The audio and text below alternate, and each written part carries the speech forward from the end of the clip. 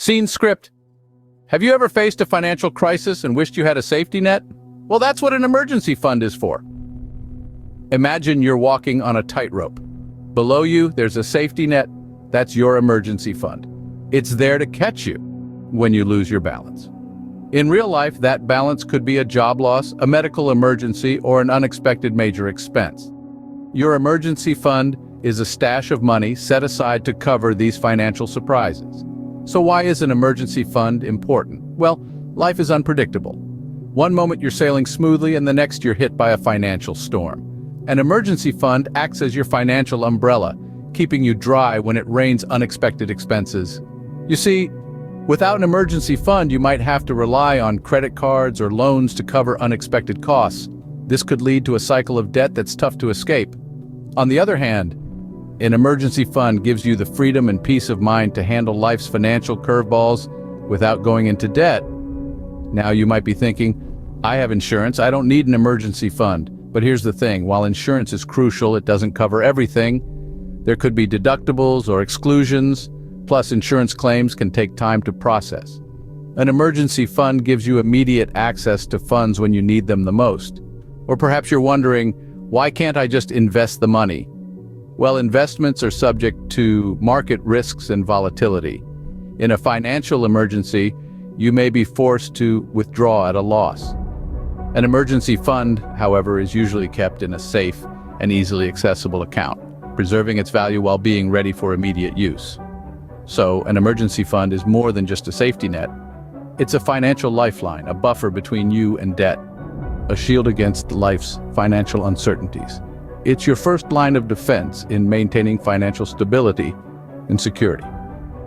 Now that you understand the importance of an emergency fund, let's move on to how much you should have in it. So how much should you have in your emergency fund? Well, it depends on a few factors. Now, let's dive into the meat of the matter. The amount you should have in your emergency fund is not a one-size-fits-all answer. It's more of a tailored suit, crafted to fit your unique financial circumstances. First off, consider your income. If you're bringing in a hefty paycheck each month, you might need a larger emergency fund than someone with a smaller income.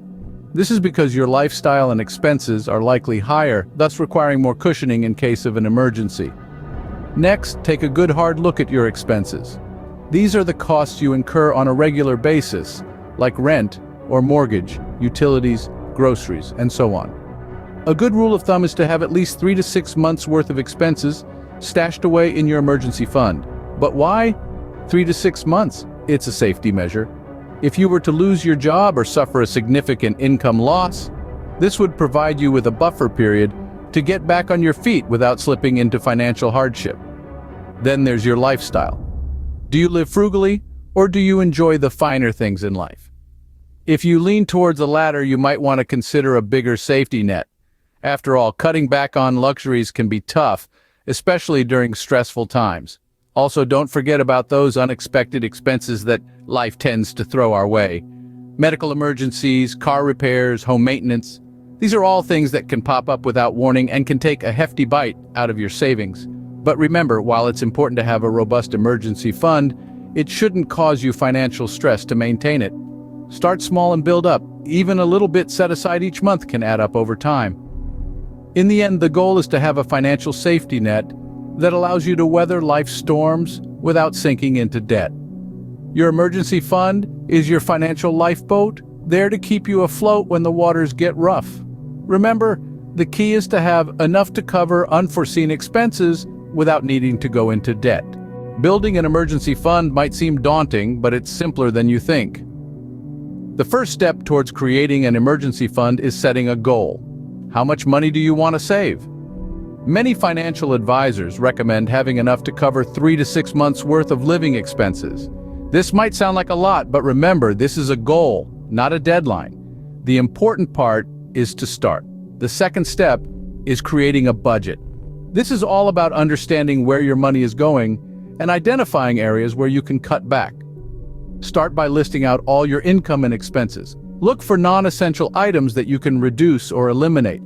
This might be things like dining out, subscriptions you don't use, or that daily coffee shop run. The money you save here can then be redirected towards your emergency fund.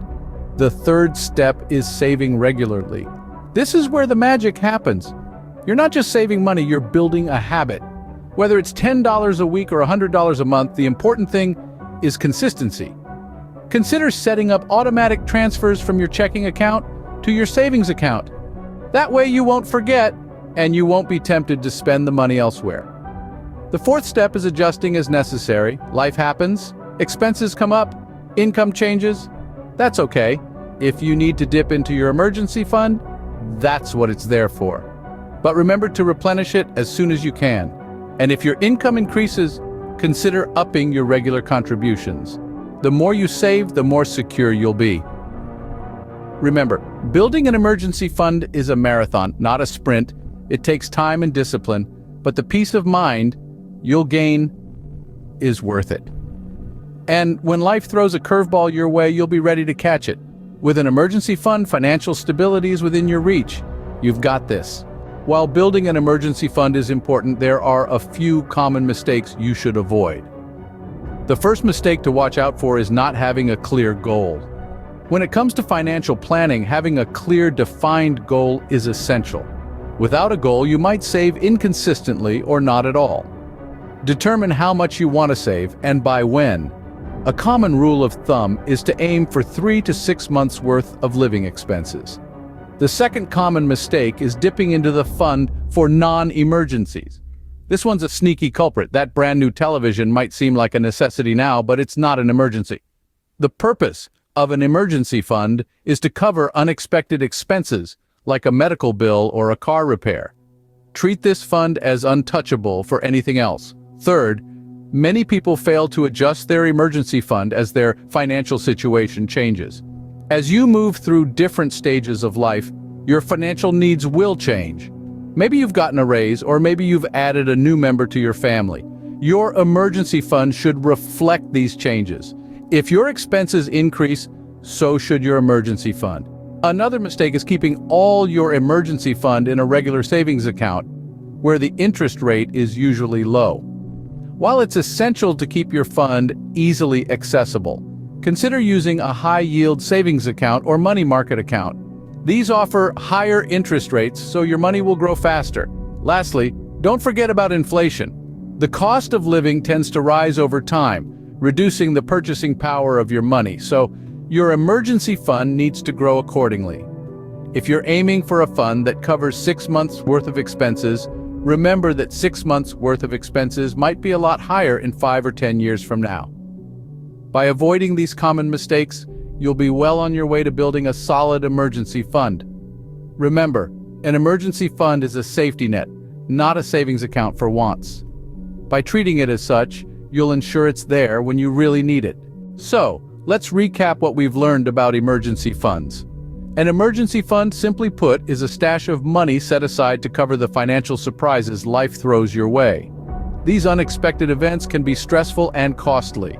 Here's where your emergency fund comes into play. It gives you the peace of mind knowing that, should something happen, you're financially protected.